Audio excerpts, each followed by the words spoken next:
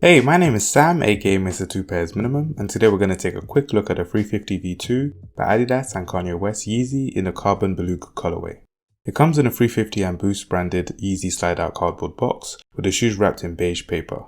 This pair comes with reflective laces, which were a nice touch, but we're not here for the box, so let's get right into the shoes. This is the fourth Beluga 350 V2 colorway. First, the original released back in 2016, followed by the Beluga 2.0 in 2017. Then the Beluga Reflective in December 2021, and now these carbon Belugas in late May 2023. It features a prime knitted mix of dark carbon grey, khaki and Beluga grey, with a bright solar orange stripe that sits on a translucent black Boost sole.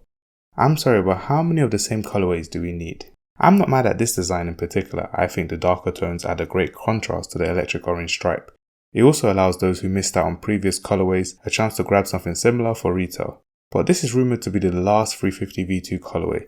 Although it's almost poetic that the 350 V2 line begins and ends with a Beluga colorway, I just wish they went out with something different one last time. But what do you think? As usual, purchase links will be in the YouTube description. While you're there, hit the like and subscribe button and comment element to show me you enjoyed this video.